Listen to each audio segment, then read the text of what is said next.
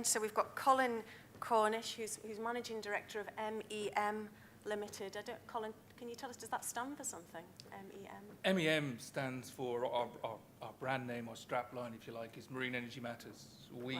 We're a relatively small consultancy stroke industry support organisation. We get involved in all sorts of things from strategy and policy for government right the way down through the whole chain to project development. We find funding for people, so we're quite close to the industry. I want to take us back just a moment, and we all hear about why it's not possible. We've heard two speakers this morning saying, it's tough, you're not ready yet.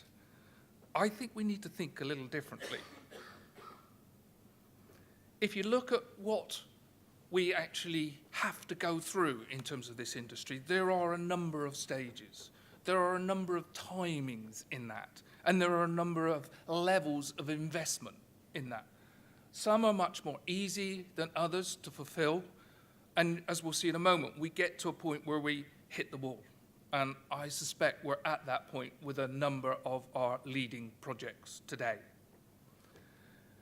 All the way from concepts in terms of their development, easy to do, little funding, it's just a few £1,000s can get you started.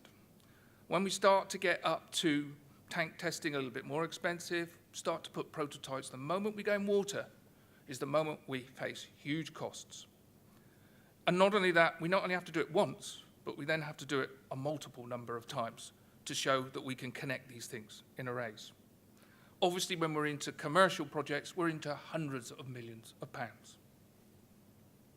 So what happens currently, or what do I think looking in happens currently?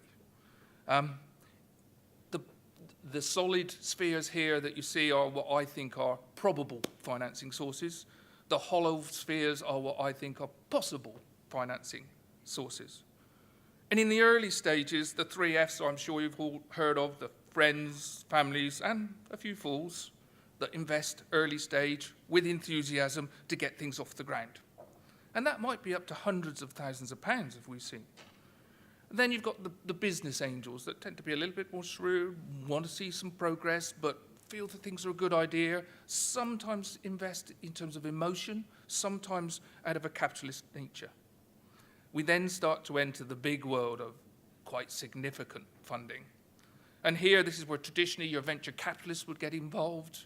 They'd want to see perhaps a 3 to 5 year time horizon, and they'd want some pretty good returns in terms of that process. The problem is we do not fit that structure.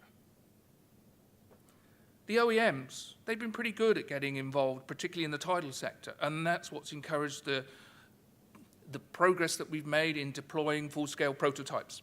So we've got some way there. Whether they will continue that level of funding when it comes to arrays and being asked their boards for 40, 50, 60, 70 million pounds, perhaps another matter. The utilities, yes, they have invested, but they're in retreat currently, let's face it. They're moving away from the sector, not to the sector at the moment. And then when we're into commercial projects, of course, finally, we're possibly looking at some institutional debt funding via banks, etc. But even in some of our more mature sectors, such as offshore wind, I think, or I hope my colleagues will agree, even some of that debt currently has to be underwritten by country guarantees in order to make it available. So we have a situation, in my view, that it doesn't work for us. And I'm sure the financier says, hey, it doesn't work for us either. So maybe we need to start to look at, and I say start because we're right at the beginning of this, to look at some of the alternatives that are coming about, such as crowdfunding. I dare to mention it now, whereas I didn't dare to mention it 12 months ago, in all honesty. We started to look at this about 12 months ago. We started to look at what perhaps the motivational factors were within this and how things took place. These guys are progressing. The amount of crowdfunding that is being secured now is increasing quite dramatically. The level of each crowdfunding investment is increasing quite dramatically. they're sort of split between two groups. One is a group that is what we're calling donations or contribution funding, which tends to be at the lower level, tends to appeal to our hearts. It tends to appeal to the mass public. And then we've got the equity crowdfunding that tends to be more, I guess it's the environmental capitalist approach. Yep, we like the environment, but yep, we want to make some money out of it. Thank you very much. Also. And that's progressing. I'm not sure we're there yet in terms of a perception of the industry, in terms of what we can do, but what we do know is that the industry has quite a significant profile with the public and an acceptance in public circles. So maybe there are some opportunities for us in this sector. It's going to take us quite some time to explore it, and we have to still make ourselves investor readiness for it. And that's going to take quite a lot of work. But I believe there might well be some opportunities out here. The final area is the community funding, and this is the way the government's trying to push us. And that might also enable us to engage with communities that are able to take a little bit more risk, spread the profile, not so much investment. Those models are being developed. So I think we could both see a changing landscape here over time.